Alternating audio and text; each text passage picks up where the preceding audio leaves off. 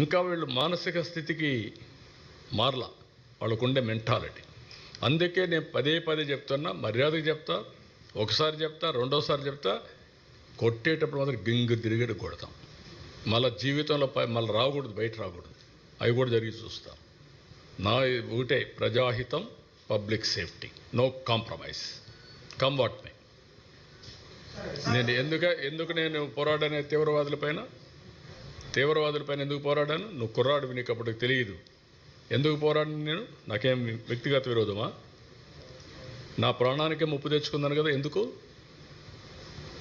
సిద్ధాంతపరంగా, public safety కోసం. ఎందుకు ముఠా నాయకులపైన పోరాడాను? ముఠాలు అడిచేశాను కదా. ఇప్పుడు ఏమైనా ఉన్నాయా రాయలసీమలో ముఠాలు? సోఫిస్టికేటెడ్ ముఠాలు వచ్చాయి, సెటిల్మెంట్ ముఠాలు, అది వేరే విషయం. అదే మరి కమ్యూనల్ వైలెన్స్ పైన పోరాడాను. రౌడీలు అనేవాళ్ళు లేకుండా చేశామా? రాష్ట్ర బహిష్కరణ చేశా రౌడీల్ని.